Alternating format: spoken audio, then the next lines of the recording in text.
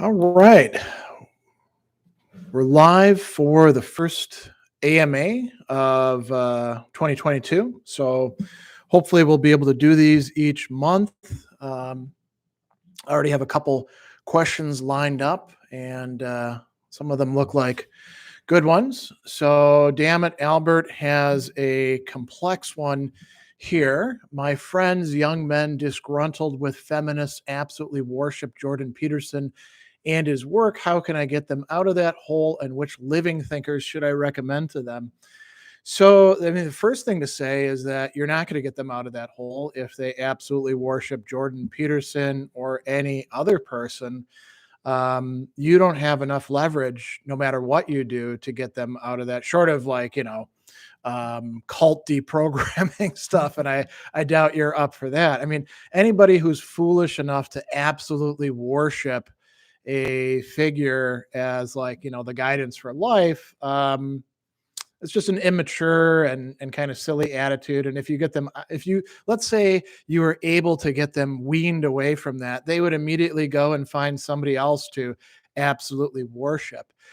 So let's treat that as if that's hyperbole, right? Your friends aren't just nutters who are completely, devoted to some half-rate thinker who everybody's going to like, if they remember it all, they're going to make fun of 20, 30 years from now. Um, let's think about the rest of this. Your friends are young men disgruntled with feminists. Right there, red flags go off for me. What feminists? There's a million different kinds of feminists out there, and anybody who is disgruntled with an entire class, it's got some serious character flaws and probably intellectual deficits as well. I question whether you actually want to remain friends with these people the way that you're describing them. I think you should get yourself some better friends, and start over. There's no like requirement that you help out these people who clearly have some pretty weird and whacked out ways of looking at society, at the life of the mind, at how they ought to run their life. And I would actually suggest that anybody who's disgruntled with feminists probably actually ought to read some actual feminists rather than talking about how disgruntled they are. Simone de Beauvoir, Mary Wollstonecraft, some of these first, second wave feminists, where it was primarily not just about cultural critique, but also about equality and treating human beings as human beings. That's feminism too. As is Plato, when he tells us in the Republic that women and men have the same basic dispositions, an array of dispositions. They can be, epithumatic, they can be thumatic, they can be logike.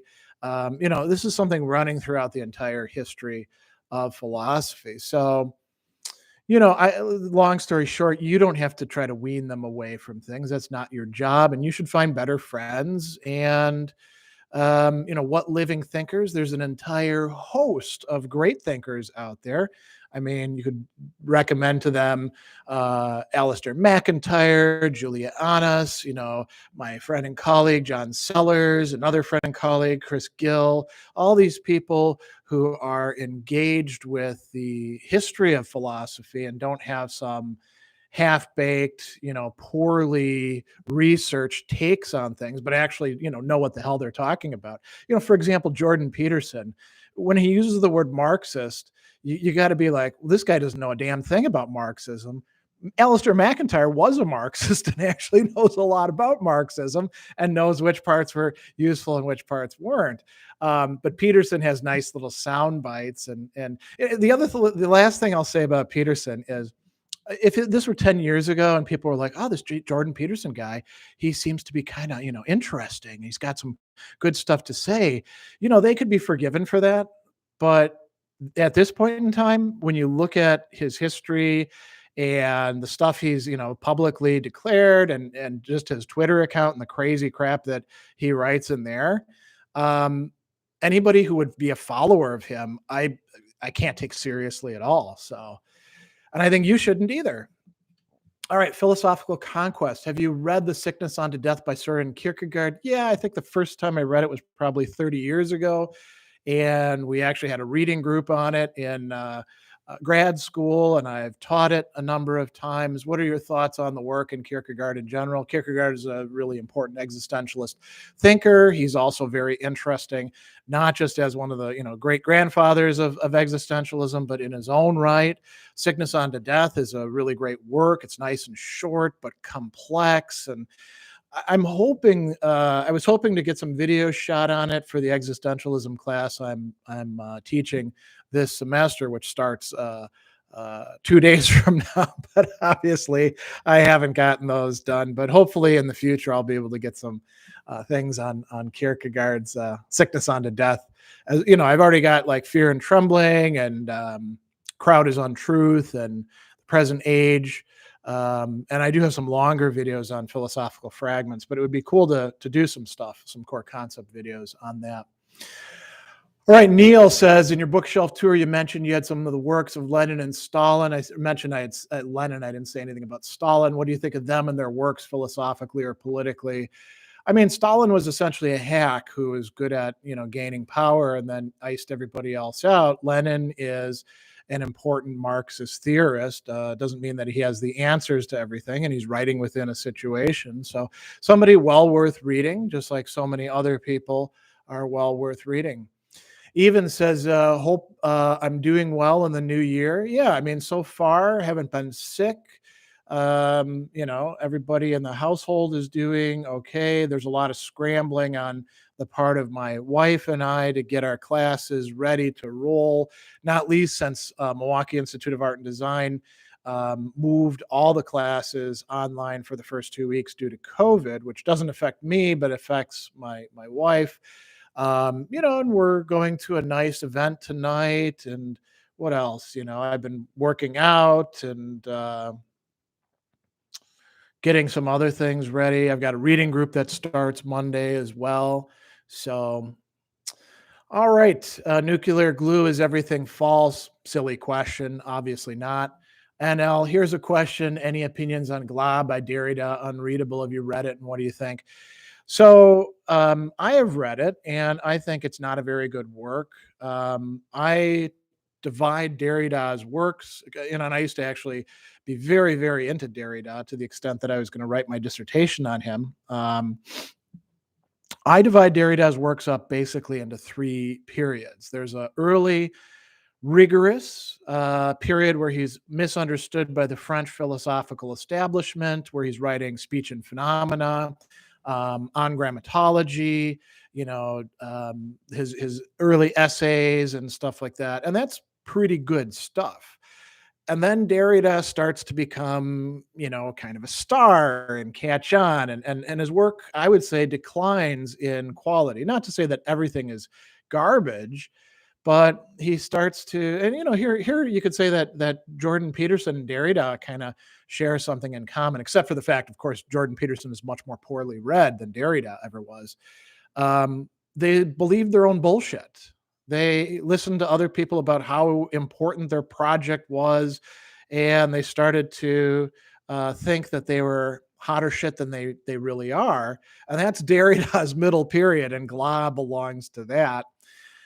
All these plays on words and stuff like that. And then we get a later period with Derrida where he starts to turn back to political and religious questions in like the 1990s with things like Politics of Friendship, Spectres of Marx, Aporias, a lot of really interesting stuff. The problem with that is that it's not as rigorously reworked and edited as his earlier work, so it's not quite as good. But yeah, Glas belongs to that middle period. So Masak says, what do you think of AOC? Do you think she deserves the crap she gets from the right? No, nobody deserves the crap they get from the right. I mean, the right at this point in time are a bunch of nutters and grievance people and self-indulgent jerks who have completely abandoned any sort of wish to work with other people. So being criticized by the right, anybody who sticks their neck out and says anything worth saying is going to be criticized by the right because they're just a bunch of selfish assholes, It's unfortunate, but that's what the right has turned into. There isn't really any real opposition from within the right criticizing its own.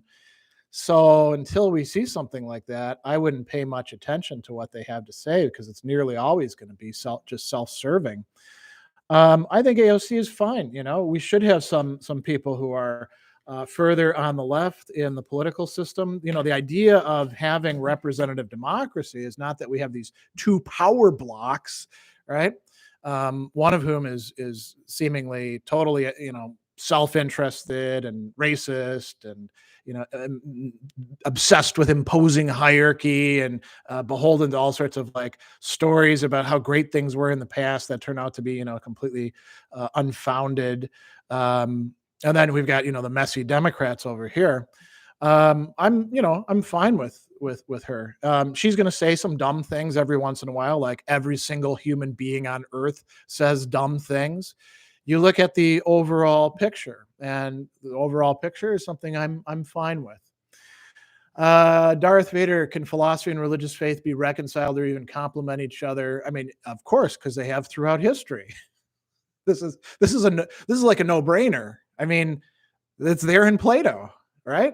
There is talk about the gods in Plato. So, and then we could go on and on and on. There's like, thousands of different ways in which philosophers, theologians, literary figures have reconciled faith and philosophy. It depends on what you mean by faith and what you mean by philosophy. So, yeah. Hey, Mark, good to see you here. And I'm always looking for these, looking forward to these sessions as well. Crystal Crypto, what are the best arguments for God being real? So what's the difference in God being real or God existing? I'm not sure why it's phrased that way or what real is supposed to mean. There's a whole host of arguments out there. There is no best argument. There's an entire literature on that. So I'm not sure what you're asking me about that for. There's lots of different classifications. I think I've done plenty of videos on people who are doing these sort of arguments. So yeah, I don't know what you're looking for there. Cork Mars, I watched an old video where you criticized unionization. You probably actually misheard. I didn't criticize unionization at any point as such. I've criticized some kinds of unions, right? So we always want to be careful in what we hear and attribute to people. I have the same stance as I've had for the last 20 years. Some unions are good, some unions are bad. It's that simple. I have a lot of family members who are in unions, including some unions that I would say that on the whole are good for them, but bad for everybody else. So let's break this down, right?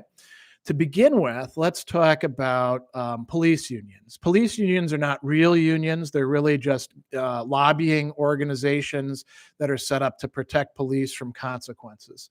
They're not even the same as firefighter unions or EMT unions or something like that. Police unions should go. There's nothing good about them as far as I can see in their last 20 years of history. They are on the wrong side of just about everything. So that's one union that's bad. Teachers unions. Teachers unions can be good. Teachers unions can be bad. It really depends on the union. There's more than one out there and what they're pushing for.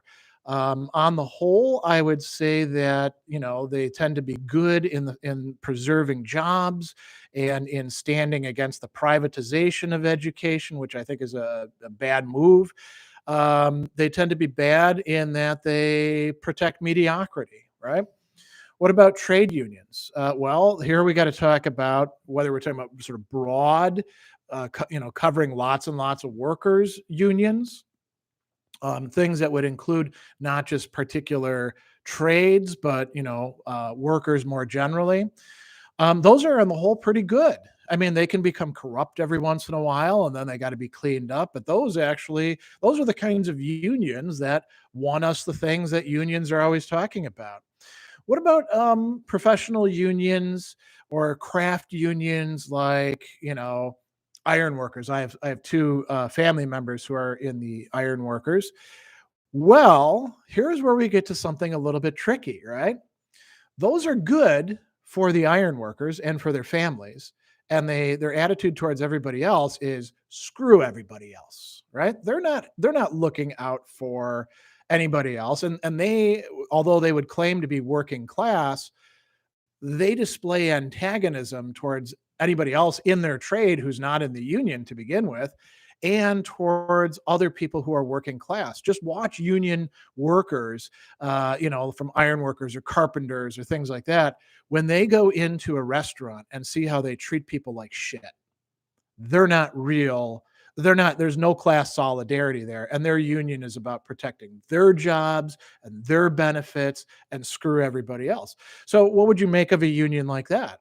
It's not a good union. It's actually just protecting some people. I remember when my Uncle Scott, who now is in the ironworker union, used to be a drywaller, and the drywall, I think they were associated with the carpenters. They would come to his work site and say, "You should hire 3 of our guys for your work site." And he'd say, "Are you going to hire 3 of our guys for your work sites?" And they'd be like, "Oh, no, man, it doesn't work that way." So some unions are basically just parasitical, right? So we got to be really careful when we talk about unionization. I think that I'm always happy to see things like, say, Starbucks being unionized, or pushes to unionize Amazon, or um, recently, our local 2 big coffee chains here in this area, Collectivo and Stone Creek, they've got unions as well. I'm all for that sort of thing. When it's actually protecting people, I think unionization is a good thing. When it's just protecting privileges for people who want to posture as being working class when they're not really associated with the working class, then get rid of them. When they're protecting bad cops, get rid of them, right? So there we go. Bro, what are all the works of Plato I need to read? I've got a video on self-directed study on Plato, so I'd suggest watching that. It depends on what you want to learn, right? There's no one-size-fit-all answer for that. I mean, you could do anything from getting yourself the collected works of Plato and reading it cover to cover, to setting up a curriculum for yourself. IDK thoughts on the anti-psychiatry thought or movement. I think that, that's been around for a very long time. I would say that, it served its purpose in some respects. The people these days who are really anti-psychiatry across the board, I think, are nutters, and are often kind of dangerous, not helpful to other people. It's sort of like, the old expression, throwing the baby out with the bathwater. There is a lot of bad psychiatry and counseling and psychology and, all these things that fit into this spectrum of mental health or behavioral health, or whatever we want to call it, psychotherapy. But we don't say, oh, well, because we ran into a few bad ones, or because this school over here is bad, we throw it all out. That's a little excessive, and I would say, in terms of psychology, kind of crazy, isn't it?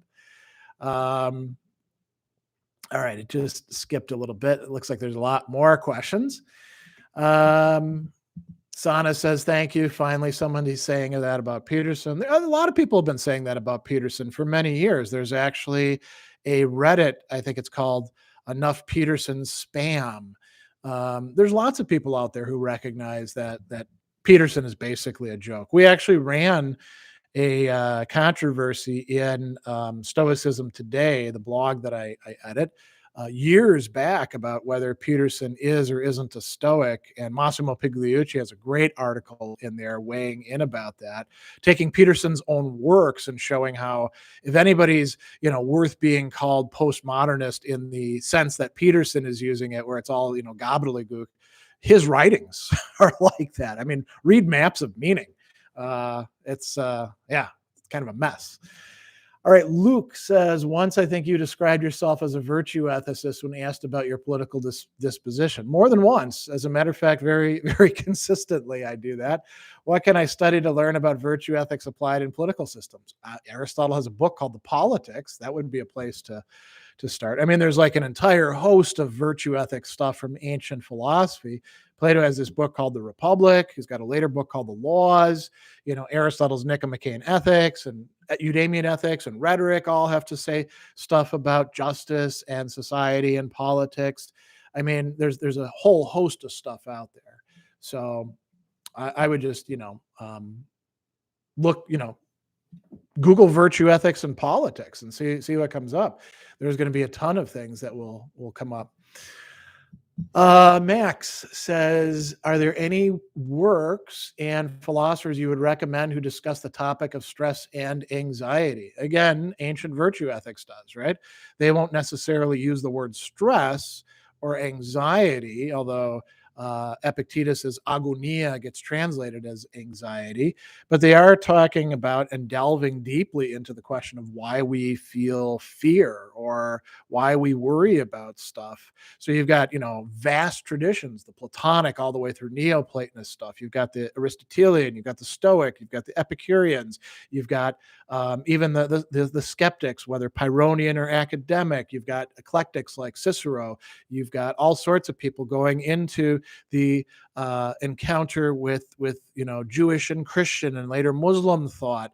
There's literally hundreds of philosophers you could look at. The existentialists also discuss it. Kierkegaard has an entire book, The Concept of Anxiety.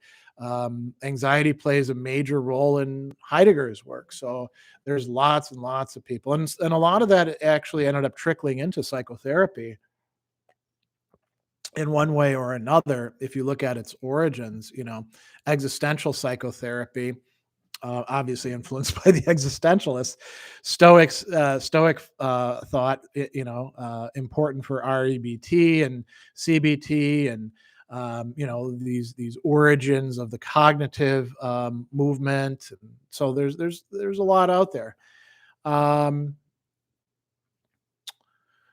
Let's see here. Sid says, in terms of learning formal logic, would you recommend reading prior and posterior analytics by Aristotle or taking a modern course? Why not do both? I mean, nothing in philosophy is something that you should just master and then move on from. Why wouldn't you want to see what Aristotle actually has to say about this stuff? And you wouldn't just look, by the way, at the prior and posterior analytics. You'd also look at the unsophistical refutations, you'd look at the categories, and you'd look at the topics, because all of these deal with the broad topic of logic. The Stoics themselves had a logic. The Megarians were interested in it, and we know a little bit about their points of view. There's all sorts of medieval writers, there's early modern writers, there's later 19th century writers like John Stuart Mill.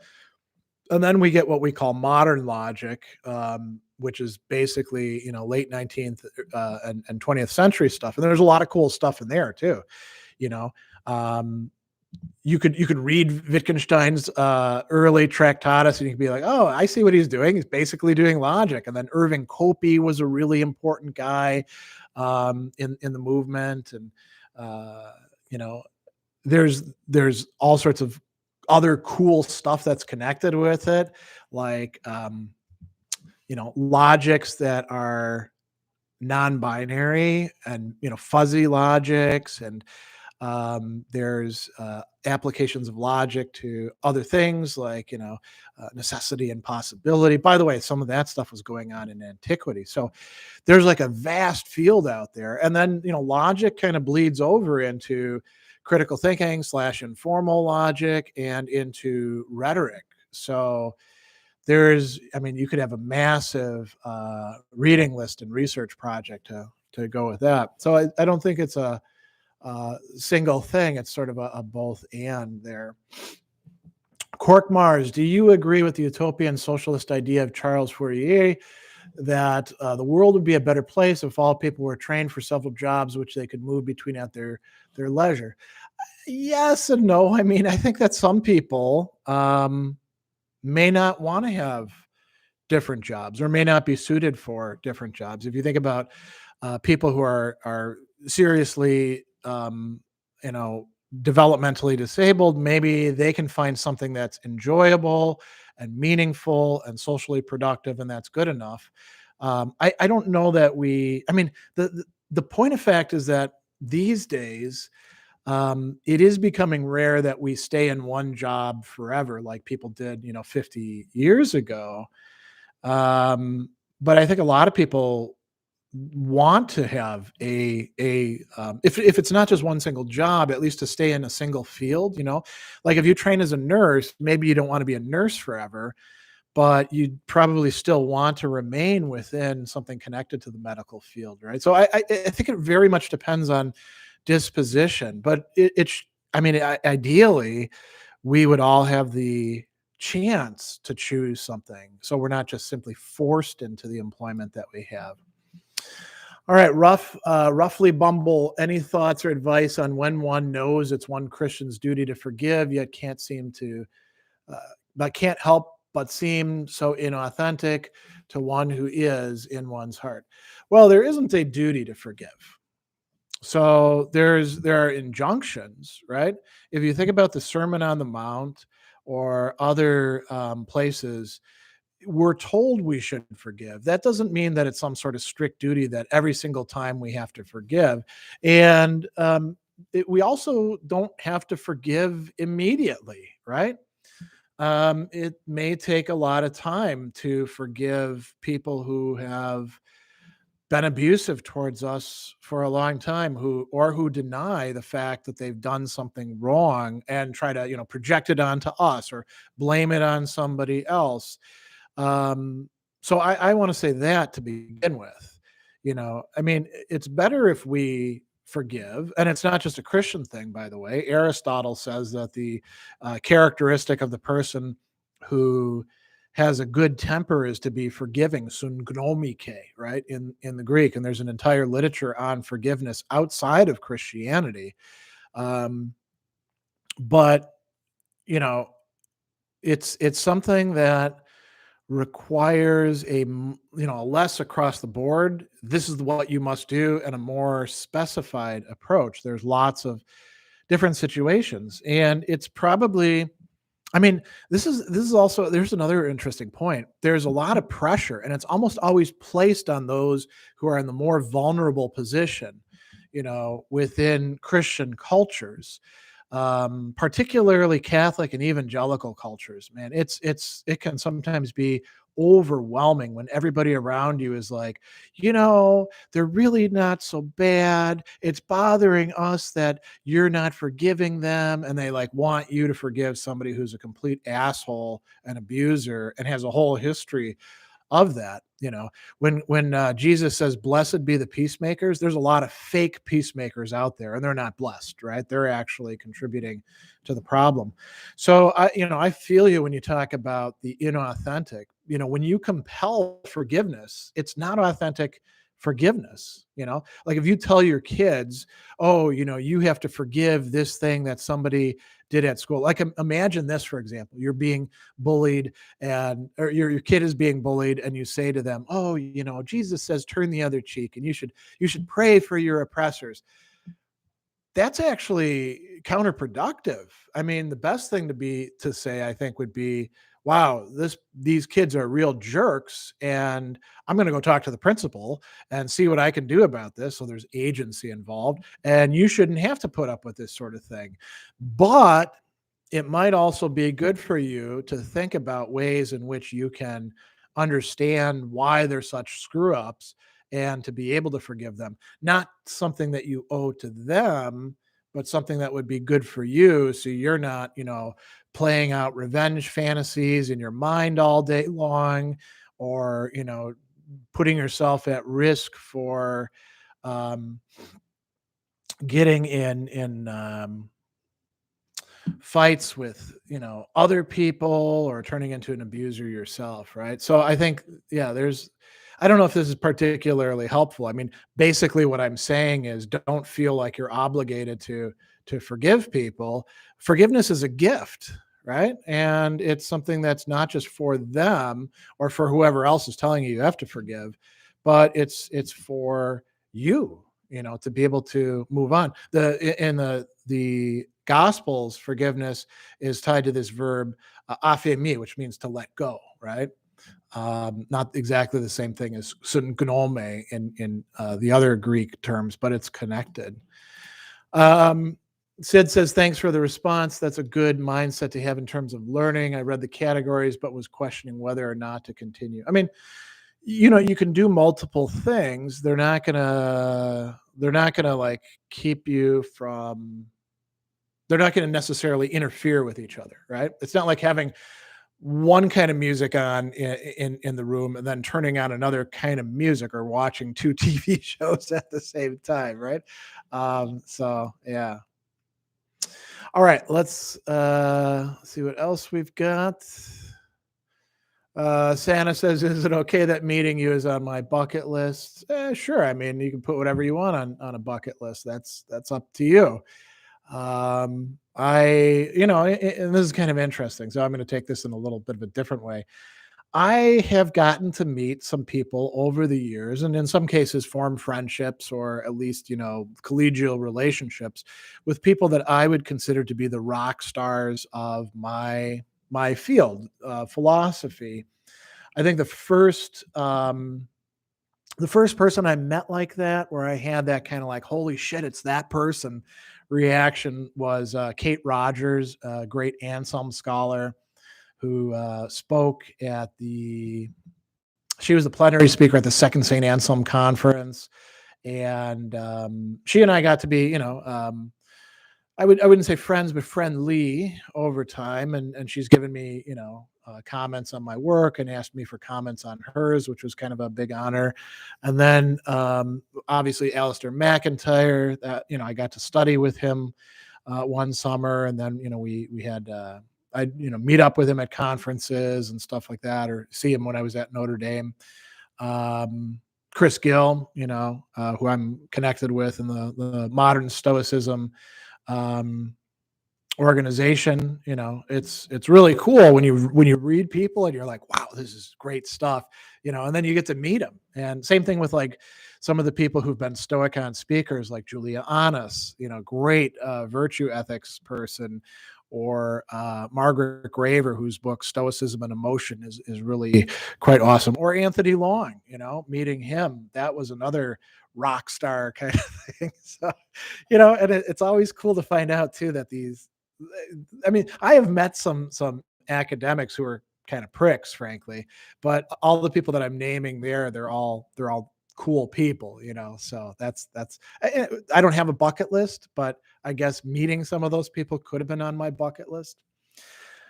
All right, SG and the brothers Karamazov in the Grand Inquisitor chapter, when the Grand Inquisitor describes his utopian social structure, to me it seems similar to Plato's ideal structure. What are your thoughts? No, I'd say they're disconnected. I mean, Plato, if you read the Republic, everybody is doing the work that is suited for them, and it's in order to make them actually happy, and happy as a society, happy as a group. And it's also the second best city. It's not the truly utopian city, which is described earlier in book 2, and then rejected by Glaucon and Adeimantus. No, the Grand Inquisitor is doing something rather different, and it's dealing with a different problematic than Plato is formulating. The problem of human freedom. Is it completely different? No, but it's arranged in different ways. And the Grand Inquisitor is saying, listen, I mean, here's where there's some similarity, and there's a similarity to 1984, and there's a similarity to, every other kind of utopian thing out there. Somebody's in charge, and it kind of sucks to be in charge, right? There's a great short story called The Marching Morons, which is dealing with a similar thematic. There's like an in-group who knows what's going on, and then there's all the dummies who have basically lost their freedom, but they are happier as a result, Sade, I'm becoming a philosophy teacher at high school. If you want to give some advice, what will they be? Well, hang on for a rough ride, because pre-COVID teaching high schoolers, not something I'd want to do. I've done guest lectures in high schools, and I remember being a high school student, and yeah, they're a tough crowd, hormone driven, very about, prestige, status, lots of anxiety because they don't know where they're going in life, getting all sorts of other bad advice from adults like other teachers. So I would say, if I had to give advice, don't measure your success in teaching by anything that you see immediately presented in front of you, because you never know what sort of seeds you're planting. And a lot of your students might not be in the right, receptive, whatever you want to call it, position, mood, time of life to really benefit at that moment from what you're teaching them. But I can think of a few teachers that I had who made an incredible mark on me, much more than they would ever have suspected. And you may have some students like that as well. So when you start to feel discouraged or anything, just keep on trucking and tell yourself that you don't have to do anything perfect. You just have to do good enough, and good enough is still good. All right. Zeno, do you like to study mythology? If so, what is your favorite? What have you learned from it? I mean, I don't study mythology. I I read classic works that reference myths, but mythology as such is not like a object of study for me. And I don't have a favorite. I mean, I find the stories that are told, all sorts of ones, quite interesting. And I'm mostly interested in them, not just as a good story, but what they tell us about like a society and its mindset, or you know um, things like that. Riley Waugh, what do you think of Hegel's critique of Stoicism? What does Christianity offer over Stoicism, or anything? Well, I think Hegel's critique of Stoicism is off base, in part because he got Stoicism wrong, but he got Stoicism wrong in a way that a lot of people in his time were getting Stoicism wrong. He views it largely as a withdrawal from the world, from a world that is hostile and unfair and irrational, into kind of a realm of imaginary rationality, where you've got the rational, the good, the true. You've got these things that are, kind of transcendentals, and they are within your sphere of agency, right? And I think the way that some people take on Stoicism, and I'm sure Hegel met some people who self-identified as Stoics who behaved that way. Yeah, his critique is on point. And his critique is on point with respect to any sort of idealistic thing like that. I mean, and it could apply to many forms of Christianity too, where people are Pollyannish and they don't actually look at the world that they're engaged with, or the families that they're involved in. With Hegel, there's always this: you cannot avoid the real, the wirklich, that's the German term for it, the actual.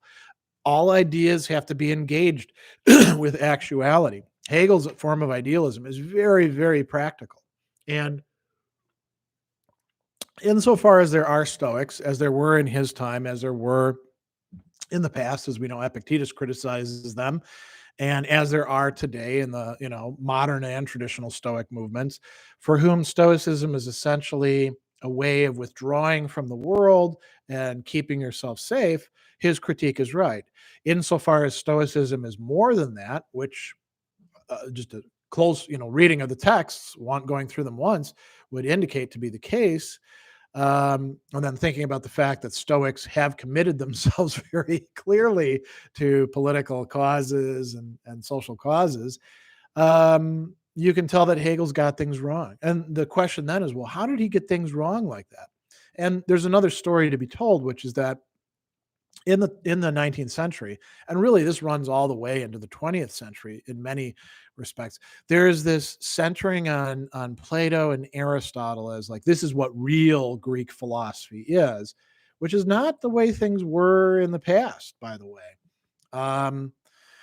It's kind of a new thing, a new shtick that they put out there. And why? Because that was identified with the Greek city-state, the time of the city-state. And then Hellenistic philosophy, it's all kind of derivative. It's for a subject who doesn't fit into a city-state, but is just kind of lost in this vast cosmos, or in the empire. And again, maybe there were some people like that, but that's a misreading of Hellenistic philosophy, right? So, all right. is it Usma X? What do you think about Natalie uh, Sarraute and the meta roman, meta novel, right? I don't think anything of it. I haven't, I haven't even heard her name mentioned since I was in an aesthetics class back in grad school, and I don't know enough to say anything competently. EB, what do you think of the early Hegel? His early works are quite different than the phenomenology or later works. The phenomenology is still early Hegel, right? But yeah, I mean, thinkers grow. I don't find the early, I did find the early Hegel interesting much earlier in my career. I don't really find him that interesting now. I'd rather read the phenomenology or much later works like the philosophy of right than try to trace out the path that he's going on. I just don't find it that interesting. Armand, what's your stance on the problem of the many? I don't know what the problem of the many means. That could be a whole bunch of different things. If you want to joke around, we could say that's many. Are you talking about the fact that there is plurality? That seems to me to be a brute fact that we're faced with. So I don't see it as a problem. Matthew, are you familiar with the work of Ian McGilchrist? I am not. So, but this hypothesis that brain hemisphere lateralization has had a huge impact on philosophy and the culture at large sounds entirely implausible to me. Any sort of reductive, I've got the key to everything. I'm like, yeah, been there, done that so many times throughout history. The odds of anything like that explaining complex matters like philosophy is extremely low. I'm not a reductionist, so I'm very skeptical of reductionists. EB, what do you think of Gaston Bachelard? He seems like a truly underappreciated thinker. I haven't read him since grad school either, and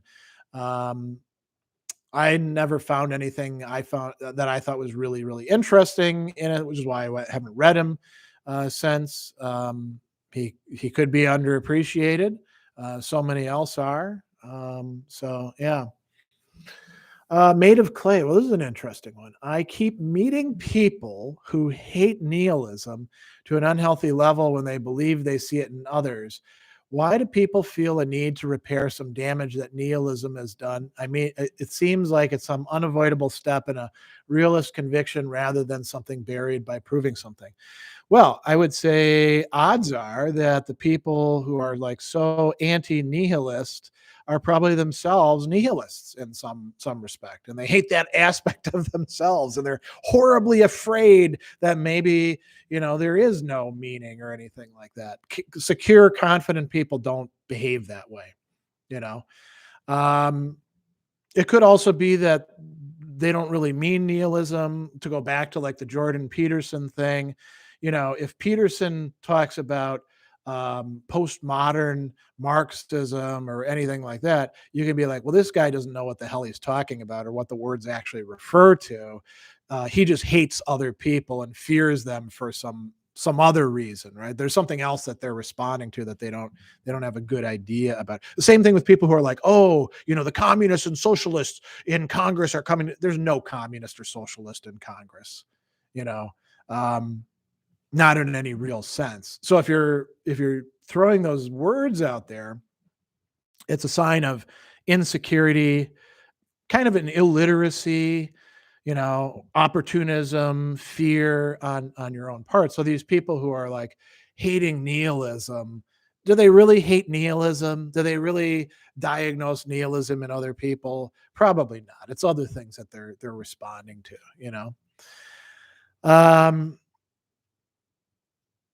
Here's a question from IDK. Can a genuine socialist communist movement thrive in the U.S. given the fact that a large number of U.S. citizens have such a negative reactionary views about it? Probably not. I mean, even if you took that away, I don't know that it would thrive or that we would necessarily want a communist. I mean, I can go along with a lot of socialist ideas. I mean, being a socialist basically means recognizing that we live in a society and that we shouldn't turn everything over to, mechanisms of individual opportunism and greed and stuff like that. And people should pay their taxes fairly so that we can actually distribute benefits in fair and rational ways. I don't have a beef with that any more than I have a beef with feminism. If feminism means, we should have a society in which men and women and anybody else has equal opportunities to do things. And sometimes that means tinkering around with things and righting historical imbalances. Those to me are rational ways of looking at things that any virtue ethicist would in fact be in favor of. As a rational person. But yeah, I mean, the well has been so poisoned against the words socialism and communism since when I was a little kid. By people who either didn't know better and they're responsible for their own ignorance, or did know better and were just using it as a dog whistle. So, all right. Dylan, why do you consider that Deleuze is less rigorous when working with Guattari? I don't think I've ever used the word less rigorous. He's certainly less interesting to me. And I think he does better work when he's on his own than when he's with Guattari. He really enjoyed working with Guattari and seemed to prefer to work with Guattari. I just think the works are better. I think that there's a lot of loosey goosey invocations of things. Not that there aren't some in his other works, but I mean, take Anti-Oedipus and put it up against some of his historical works like The Fold on Leibniz, and you can see the difference. Or Logic of Sense. To me, that just seems kind of apparent. I think a lot of people really like the freewheeling, all these jargon things getting thrown in that they get with Deleuze and Guattari works, but they're trying to get something different out of a philosophical book than I guess I am. Here's a question from Costello. I'm 6 months into my PhD. Suddenly, every subject appears more interesting than my current topic. Do I have to sacrifice my passion for a topic in order to peruse it academically?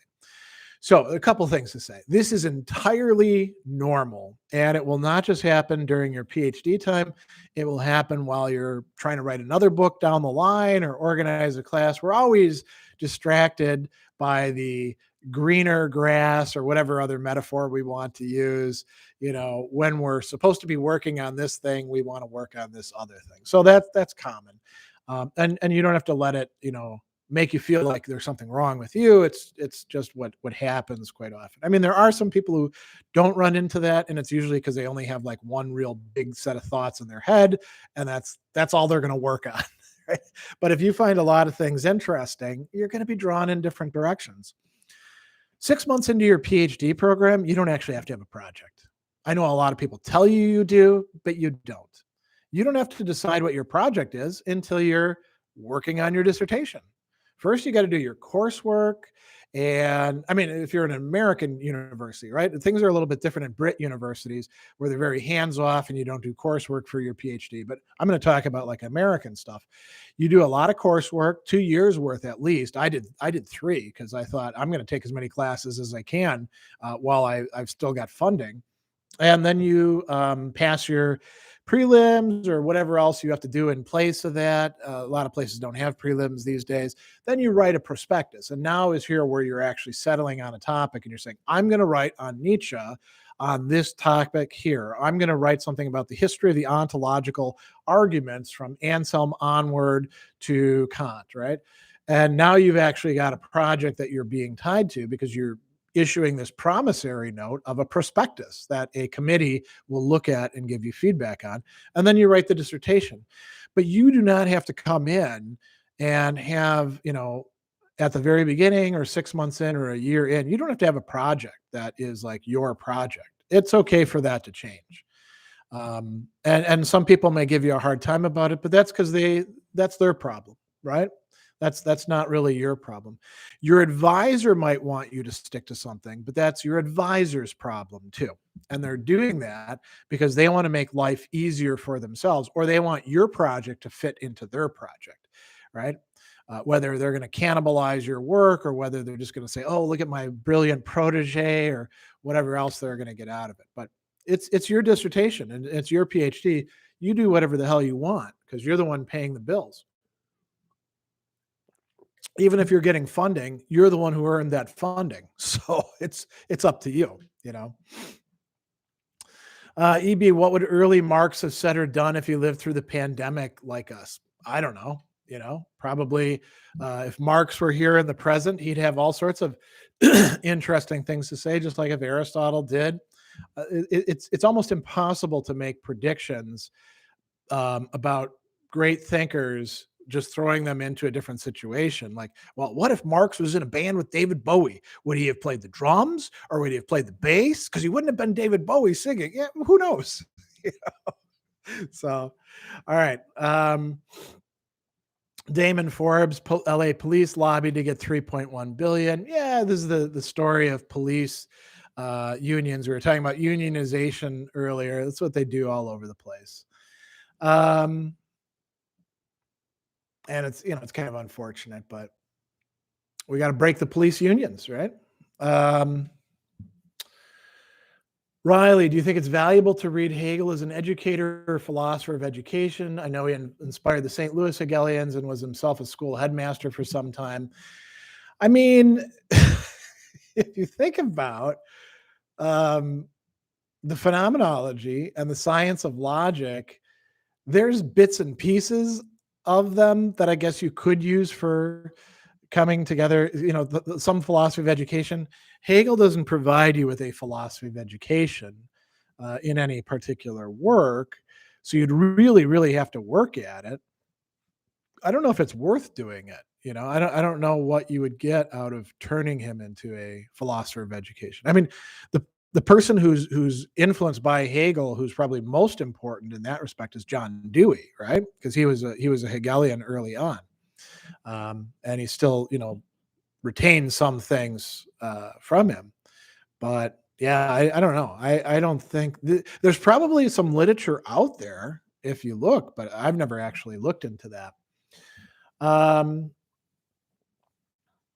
Let's see. R.T. Whitby says, by being a good philosopher, poet, and wrestler, didn't Plato disprove his own belief he could only be good at one thing? Yeah, or maybe he was being ironic when he suggested that. Or maybe he was saying that some people can do more than one thing. I mean, I wouldn't be quite so rigid about that, right? E.B. Nietzsche loathed Hegel subsumed the singular individual and their will under a totalizing system, blah, blah, blah, blah, blah, right? Yeah, I mean, that's a nice set of sound bites about Hegel, but that doesn't really map onto Hegel when you read him. So, all right. Sam, I've heard it said that Heidegger's philosophy owes quite a large debt to Henri Bergson's work. Do you think this is true? Nah, not really. I mean, we know who the sources are because, you know, Heidegger tells us. Here's an idea from Kierkegaard. Here's an idea from Aristotle. Here's an idea from Max Scheler, you know, his contemporary phenomenologist. I don't think Heidegger is getting much from Bergson, frankly. Let's see. Mr. Poncho, when you took a reading class with the classics department, did you read anything outside of philosophy? What has been an interesting work you read or like to read in Greek or Latin? I did two, well, actually I did 3 reading classes. So we, you know, first we had like our first year Greek thing, right? And I actually took 4 reading classes. First year Greek, you learn all the things that you need to learn. You start learning how to solve the problems you're going to encounter, like where do you go in Smythe, the grammar to find things? How do you use the lexicon effectively? Then you start reading things. And in my first reading class, we read 3 short pieces. We read a speech by Lysias. We read Plato's Credo, and we read Lucian's True History. Then following that, we had another class where we read not the totality, but parts of Herodotus's history. And then I did independent studies where I read with Rick Williams, the Symposium over an entire semester. And then with Brian Johnson, the Aristotle's Nicomachean Ethics. We didn't read the totality of it. I think there were some things that we skipped. Oh, and I also did I did a reading of the Odyssey. So I took quite a few classes with the classics department now that I think about it. So, yeah, I mean, I'm mostly using my Greek or Latin just as a tool for making sense out of the authors that I teach or I'm writing on, though. Jacob Stanley says, currently reading The Varieties of Religious Experience by William James. If you've read, any thoughts, tips I should keep in mind while reading? Was in a car crash. Okay. James, in The Varieties of Religious Experience, does a lot of long citation of other people. So keeping track of what James himself thinks and what his raw material thinks is quite important, I would say. You want to also keep in mind that James is using the philosophical and psychological vocabulary of his day. There's a lot of references to other thinkers as well in that. I like James myself. I don't buy everything that he has to say, but I find him a useful interlocutor. All right. Darth Vader, what are your thoughts on anti-philosophy? Badiou characterizes St. Paul, Nietzsche, Pascal, Rousseau, Kierkegaard, Wittgenstein, Lacan, to name a few as anti-philosophers. Anybody can call anybody an anti-philosopher once they've decided what philosophy consists in. So I don't find the notion of anti-philosophy particularly interesting because it always ends up becoming another way of doing philosophy. So Boris Groys also writes about that as well. He's actually got a book called Anti-Philosophy. So, what's cool is sometimes is that it brings thinkers to light who we normally wouldn't get to. Like Groys talks about Lev Shestov in a chapter, who I think is a very underrated philosopher. But this whole philosophy versus anti-philosophy. Philosophy itself is so incredibly diverse that it's you always have to specify what you mean by philosophy. Miles Roth, what do you think of the works of Joseph Campbell? Second rate. That's my view on him. Interesting, worth reading sometimes, but second rate. I don't take the hero's journey seriously or stuff like that. Jipfar, maybe. Any thoughts on the metaverse or the development of virtual reality in general and its potential social consequences? We're already in virtual reality. I'm talking to you all over the world from my apartment here in Milwaukee through this interface. And, you're hearing me and seeing me in a variety of different ways and responding to each other. We've been living in a partially virtual state for a long time. The fact that we put goggles on or that there's like a map just adds some new wrinkles to it, I would say. And I don't know about the metaverse because I haven't explored it. Anything that would be tied with Facebook to me seems like a bad idea.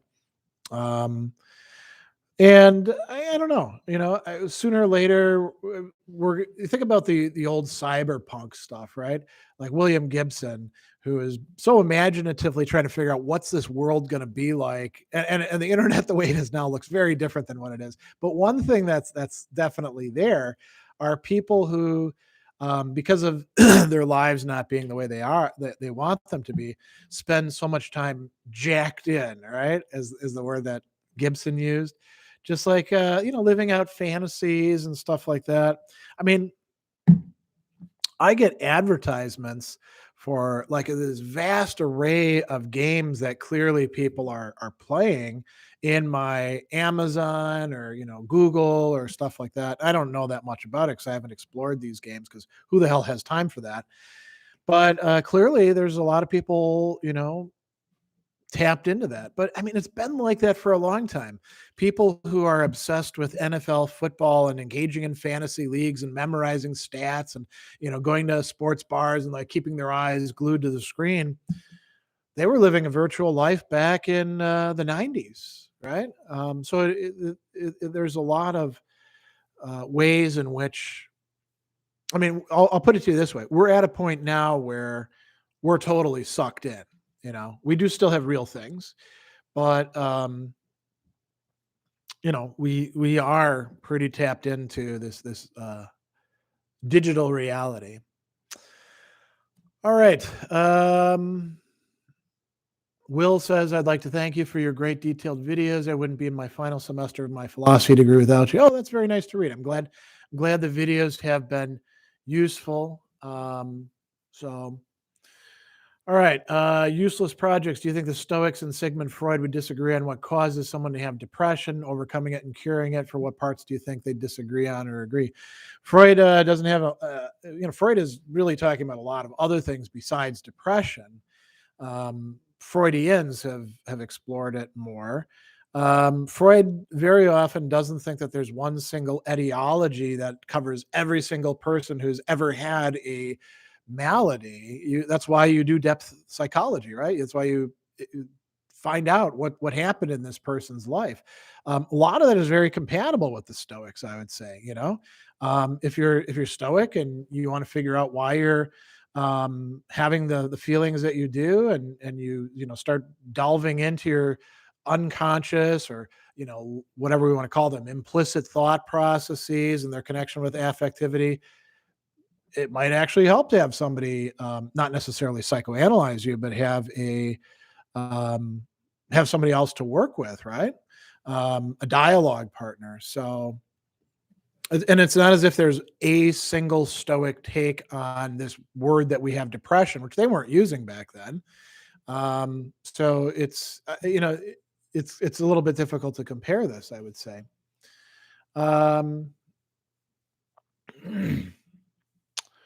Giga Chadmesh, what are your research interests at the moment? Are publications the only point for research interests? No, I mean, I'm, shooting videos on things I'm interested in, and holding events, and, doing podcasts and giving interviews and teaching classes. And, there's all sorts of things. I mean, my research interests are not radically new, and they are very, diverse. But I do a lot of other kinds of writing as well. Medium is a place where you can find my more popular writing. So yeah. All right. Flight of Icarus. What is good literature to read for youth from foster care, for the orphan? I'm adopted, and I was fortunate in that I was adopted into a good family that had some challenges, but was overall quite loving and thoughtful, and made the right decisions. Unfortunately, my adopted dad died pretty young. He was only 36 and I was 11.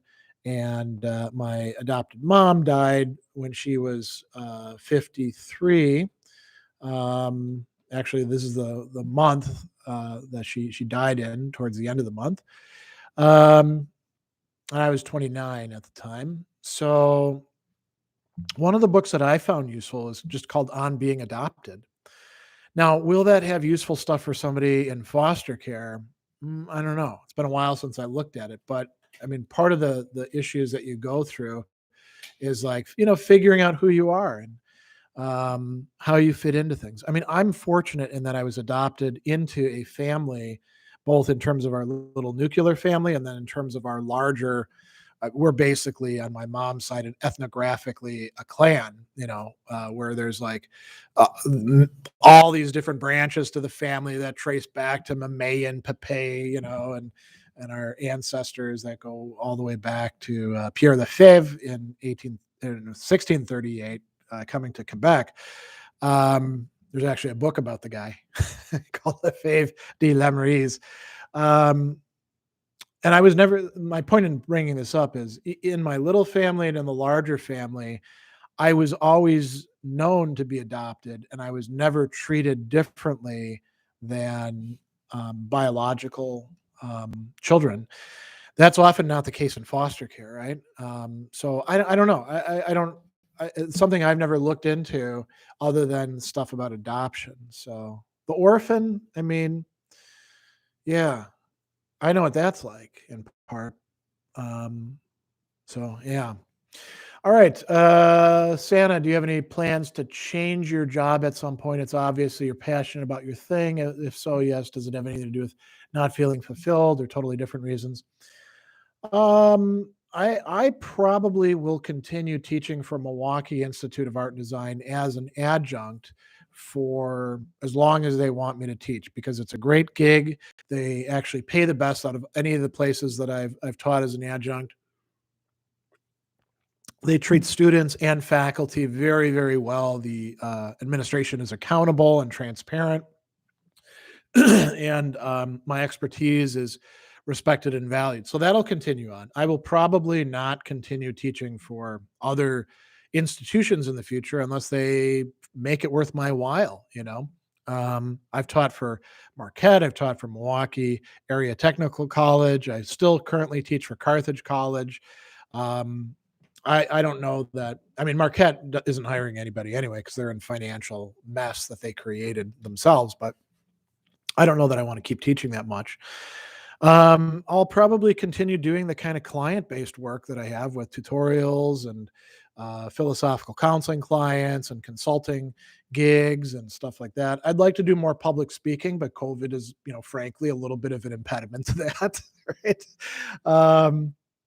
I want to do more writing, publish some more books, either using Amazon self-publishing, so I don't have to go through the bullshit rigmarole of an academic press or one of the big trade publishers, or maybe I'll work with some on some things. And I've got online classes that I I need to put more effort into bringing out and selling to people. But yeah, this is more or less what I want to be doing. I want to be taking ideas from philosophy and presenting them to others and helping people to make their lives better using it. So, yeah. All right. 1, 2, 3, 4. How do we? Oh, I get it. 1, 2, 3, 4. How do we develop our ability to make distinctions? By doing it a lot and screwing it up a lot and studying other people who do it. There's no like cut and dried method for it. It's sort of like, you want to play soccer, get in there and start kicking the ball around and experimenting and, watching games and then taking pointers from other people. And, you just get better as you go on and do it. So Michael says, are you still working on a publication about the Stoic saying, live according to nature? Yeah, not the Stoic saying, but rather the Stoic concept, because it covers a wide range. Am I still working on a book about it? Yeah. Book projects are going slow. Can you talk about what this means some? Yeah, it's very complicated. I have an entire video on it, a talk that I gave a couple of years back. So I would just, Google Sadler Stoic nature and see what comes up. It's about an hour long, so I'm not going to take that much time here. Shrey says, how mimesis and diegesis make people compare, contrast Aristotle and Plato? I don't even know what that means. I know what each of those words mean, but that doesn't help me out. All right, Noah, are you aware of any serious attempt to digitally reformat and represent philosophy like graph visualization? Sure, that's been going on for decades. Google it. If so, could you please point me towards the Peoplefields books? There've been infographics out there for a long time. So that's not something I think I need to work on. The unnoticeable, what is the most influential idea in all of Western philosophy? There is none. There's no one single idea that is the most influential. And anybody who tries to tell you that there is one probably is got some sort of agenda, right? You got to ask, why are they claiming this one is the one? Peter, do you see something philosophically interesting in martial arts? For example, the Greek notion of the agon. The Greek notion of the agon is not something specifically martial arts oriented, but involves any sort of contest. So you have rhetorical agons. Have you ever watched combat sports? Yeah, but I don't find it that interesting, frankly. So yeah, you can find something philosophically interesting in some martial arts, particularly if they have some sort of philosophical undergirding. I think a lot of people learn some watered down philosophy just so they can like say that what they're doing is philosophical. I mean, and we can say the same thing about yoga, right? You know, people are like, "Oh, yoga is such a spiritual doctrine." I'll be like, "Cool. What do you think about the Yoga Sutras by Patanjali?" And they'll be, "Patan what?" And I'll be like, "Yeah, you don't know a damn thing about yoga, then, I guess, and its history." You know, there's some serious stuff there, and then there's some less interesting, more superficial stuff there.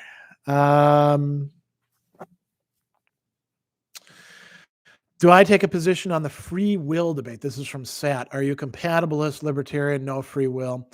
Yeah, so I take two positions. One is a meta position. The meta position is be really, really clear about what you mean by free will if you're going to, you know, say anything about it, because otherwise you're probably arguing at cross purposes with people.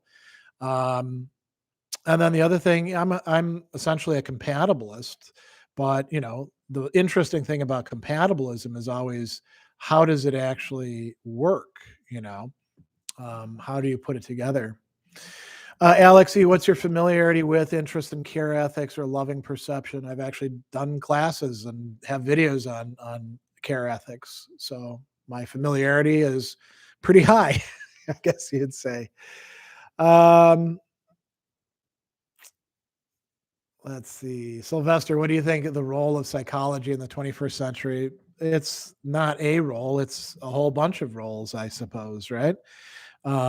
Just as with there's no one single role for philosophy in the 21st century. There's going to be a whole bunch of roles for any particular thing. Oh, here's an interesting one. Gene Marco, what do you think the future of architecture would be? Could it be a complete artificial intelligence takeover? So I don't think that we're going to see too many fields that are completely taken over by artificial intelligence, but I think we'll see a lot where artificial intelligence comes to play more and more of a role. It's interesting that you bring up architect because, you know, Aristotle in Nicomachean Ethics book 1 talks about the architect, the architecton, right? Certain arts are architectonicae, is the word we get architect from, meaning the master. You know, before we talked about architects, we talked about master builders, and the master builder is the one who determines all the stuff that filters down to the other levels. And Aristotle actually says political science, he politike, the organization of society is the architectonicae episteme, the architectonic science or discipline. And so architecture is one of those things where we're probably going to have quite a lot of artificial intelligence doing certain tasks. And then the architect or architectural team oversees them and gives them inputs and modifies them at certain points. You know, when it comes to architecture as a field, I don't have much to say because it's not something that I actually study or have a lot to say about. Zeno Valea, have you read The Society, the Spectacle? What are your thoughts? I mean, that's Guy Debord, right? Yeah, of course I've read him. I've never found him that interesting, really. He is. I mentioned this, you know, because my wife studied at European graduate school. He's kind of a big deal there. They like to talk about him quite a bit. All right. Margin says, do you see any value in existential absurdist Camus Kierkegaard philosophy for modern times in which the irreconcilable disconnect theme is a recurring pattern to explain current events, COVID-19? I don't think Camus or Kierkegaard explain current events having to do with COVID-19, but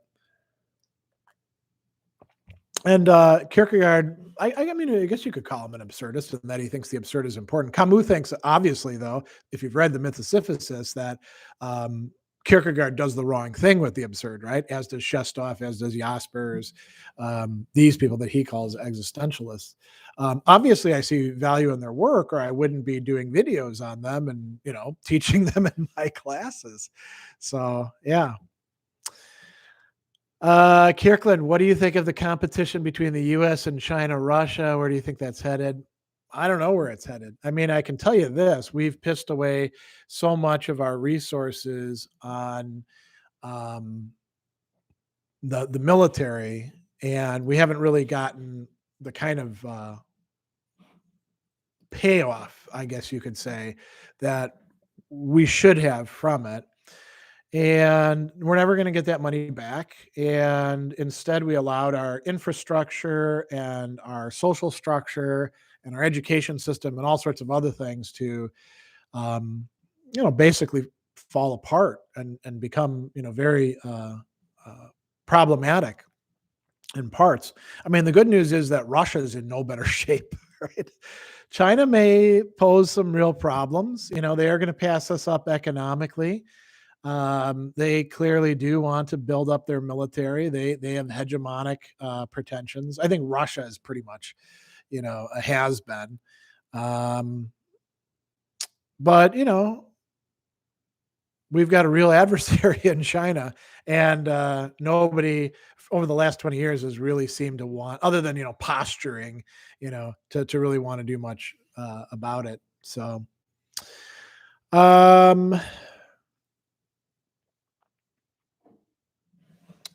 Alion Inc., I guess. What are your thoughts on veganism? If you're not a vegan, what is your ethical justifications for not being one? I mean, facetiously, I'd say my ethical justification for not being one is that I'm not a pretentious asshole who wants to get into everybody else's business and constantly lecture them. And you could say, well, that's unfair. Well, think about how many vegans are like that. My view is that we should try to move as much as possible towards a plant-based diet, and we should end factory farming. It is possible to harvest meat ethically. I mean, that's who we purchase from. We pay quite a bit more for that, but that it is possible. I think a lot of vegans are very extreme in how they treat things, and they're not proportional at all. If you just don't eat meat for one day from the vegan perspective, that's just as bad as not eating meat, or it's just as bad as eating meat all the time. No, it's not. It's actually an improvement, right? I think there's a lack of perspective quite often, and sort of counterproductive censoriousness a lot of the time. So that's my view. And I've known a lot of asshole vegans over the course of my life, right? The worst ones are the ones who have just become a vegan, right? Wasteland Radio, best method for combating the demiurge. I wouldn't say that here because you might be listening, right? Ben says, just read Camus for the first time. My friends all think he's the worst. I actually agreed with some of it. When you read Camus, would you say the scariest parts were the parts you were agreed with? No, because Camus is actually not particularly scary. And I mean, the thinking is the worst. The worst among what? I mean, have your friends read some philosophers who aren't very good?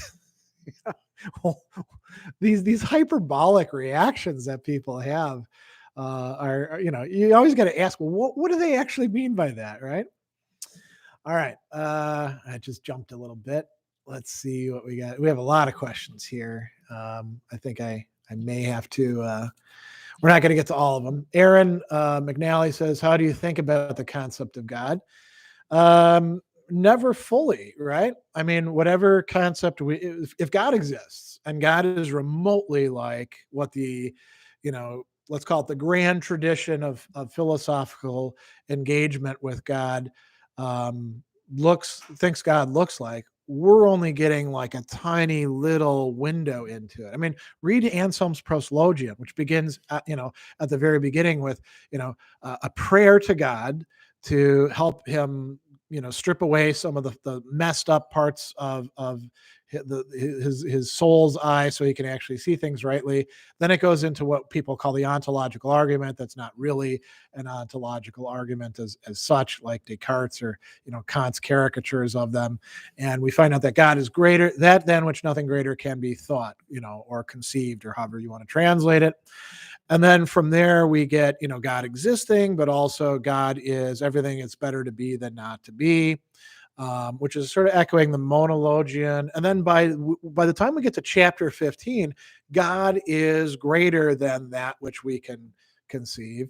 And, Anselm has to figure out how it is we can know anything about God, right? So the people who deal with this the most, Anselm would be one of them. I mean, he's a Benedictine monk, devoting his life to this sort of thing. They think that we can't know that much, right? So, all right. Angel, would you do a series related to psychoanalysis? I already have. I did a series on Freud, of core concept videos on Freud's introductory lecture 31. So, I'll probably do more in the future, but, I've already done it. Reverb, do you think it's worth watching any of Peterson's lectures, or it's something to be avoided? I mean, why would you watch somebody who's at best third rate when you could be spending your time reading Seneca, right? Or reading something that's worthwhile. I mean, Peterson, there's nothing you're going to get out of Peterson that's valuable that you can't find in somebody else. And along with spending the time with Peterson, you're wasting your time on some guy who's like off base on so many other things and is a terrible example of what a intellectual would look like. So why bother? I mean, and you can say that about so many other people. Even when you're watching them or reading them, you have to ask, is this really a valuable use of my time? What else should I be doing instead? All right, I'm not going to take everybody's stuff, obviously, because we have more questions that are going to be answered. We're in the last 10 minutes. So let's see what we got that's really interesting.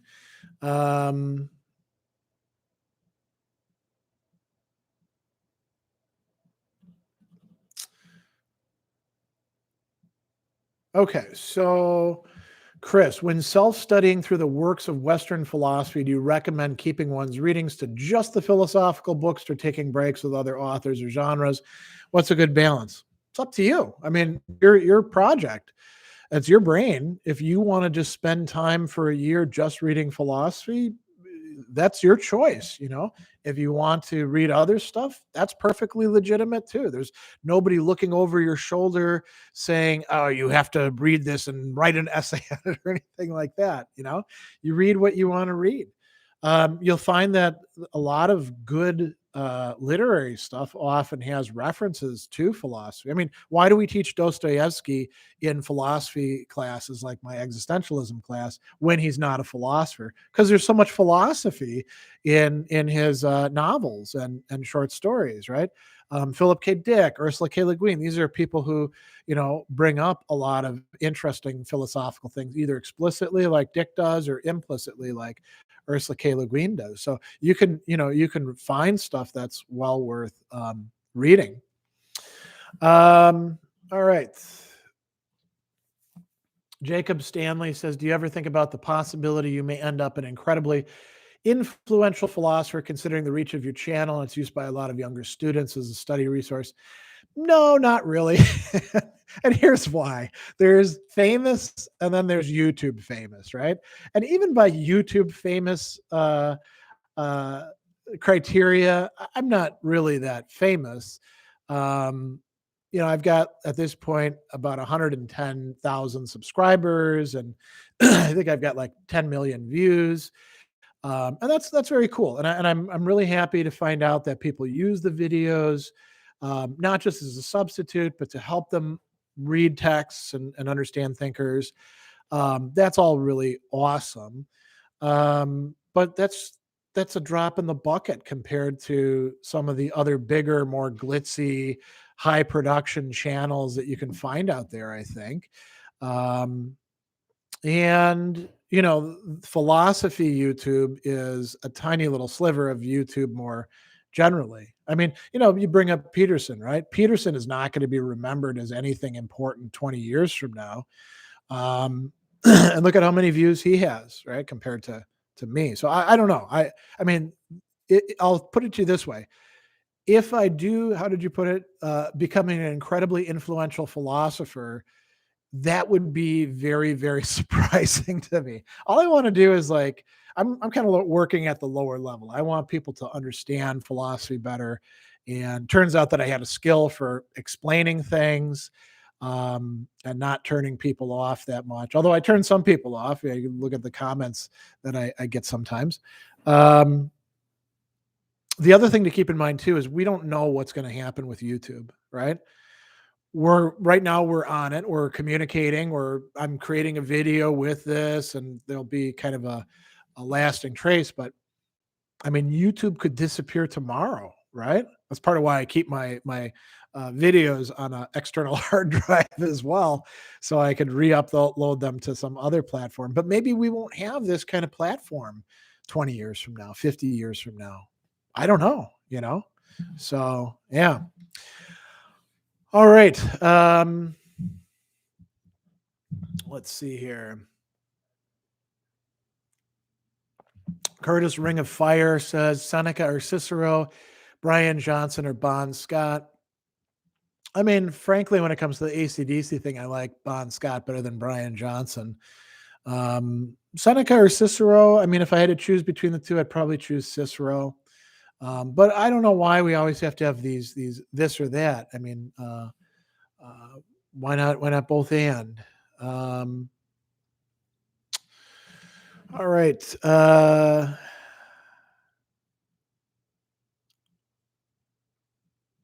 Oh, here's a good one from Max Mackin.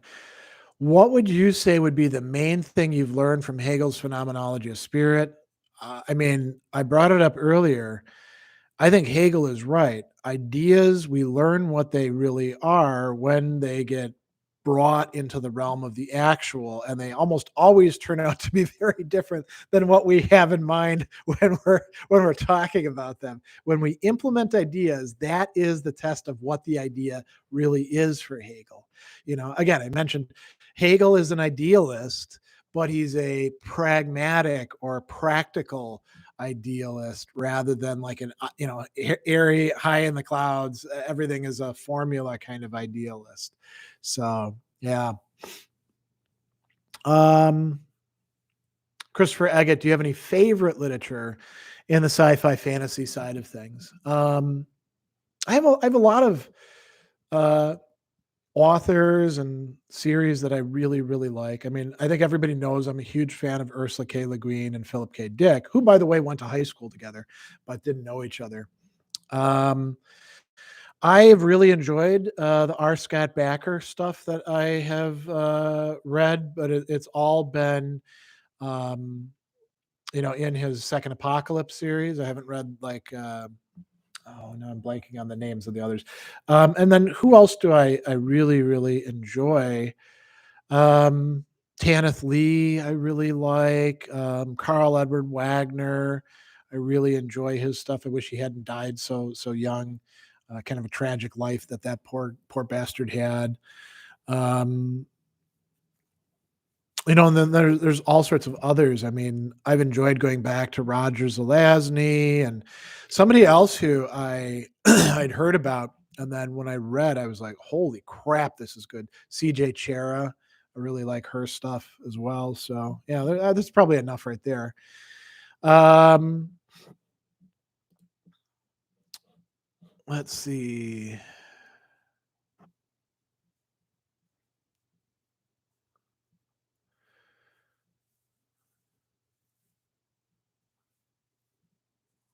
This is from Boomer Anderson. Book recommendations on postmodernism.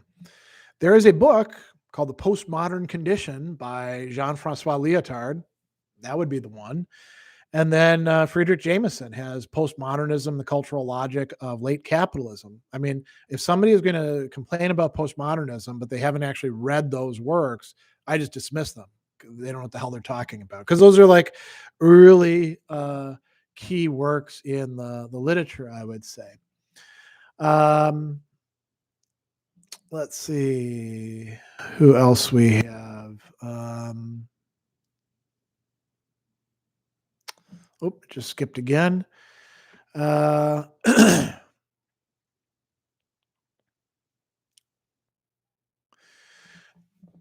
Dan says, how important is it to know a language other than English when studying philosophy?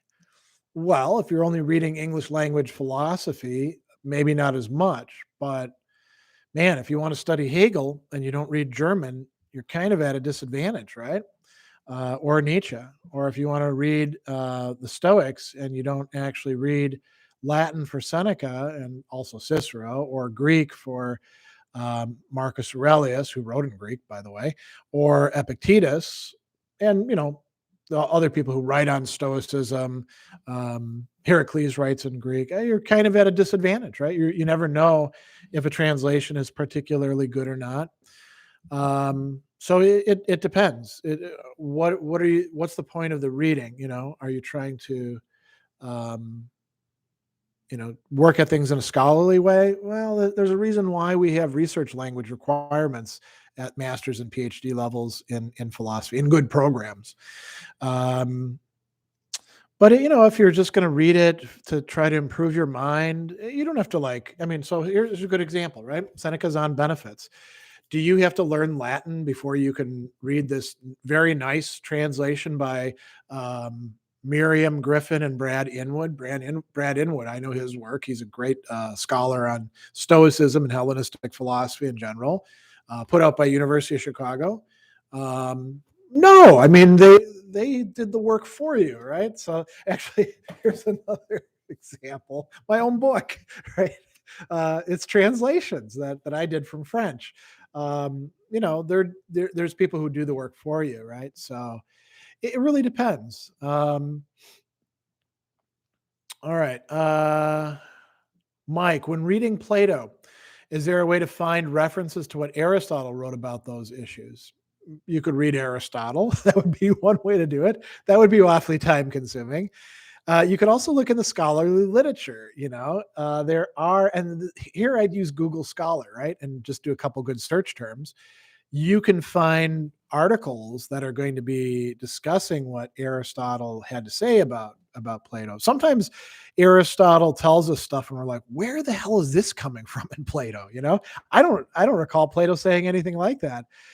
And then we're like, well, I don't know. He was his student. Not everything gets written down. Maybe the Platonists or Plato did think this sort of thing. So Kirkland has a good thing to go out on. What do you think about Marx's quote, "The philosophers of the world have merely interpreted it. The point, however, is to change it. Profound knowledge is a simple statement of intent." Neither. I actually think it's a silly throwaway line that I've seen so many people use. I mean, if you think that Plato didn't change the world, or Aristotle didn't change the world, or the Stoics didn't change the world, you're high, and you're not a student of history and ideas. I mean, when Marx said that, Marx is a great person for saying crap that sidelines somebody else so that he can bring his project forward. I mean, think about the Communist Manifesto. A good, portion of it is devoted to why everybody else gets socialism wrong. So, it'd be a really great response to people when they bring up that line. It would be to say, great, so what have you done to change the world with philosophy? Because otherwise, shut up and sit down, right? There's so many philosophers who have changed the world, and you don't have to change the whole world to have changed the world. If you're if you're Lev Shestov, who only had one really good student who died then in the concentration camps, you've still made an impact on people by what you've done, and you don't know what that impact is until much later on. So that's a good one to go out at. All right. We'll do more of these throughout the year. Thanks for everybody for your questions. I know I didn't get to everybody, but we never do. And we've got other events coming up this month as well that you might want to get in on. Classic Metal class coming up this next Saturday. Me and Scott Terulli are going to be on again. We got the Worlds of Speculative Fiction the Saturday after that. A political theory and practice discussion where we're going to talk about Foucault and power and bunch of other stuff as well. All right. Hope everybody has had a great new year, and I'll see you somewhere in the ether.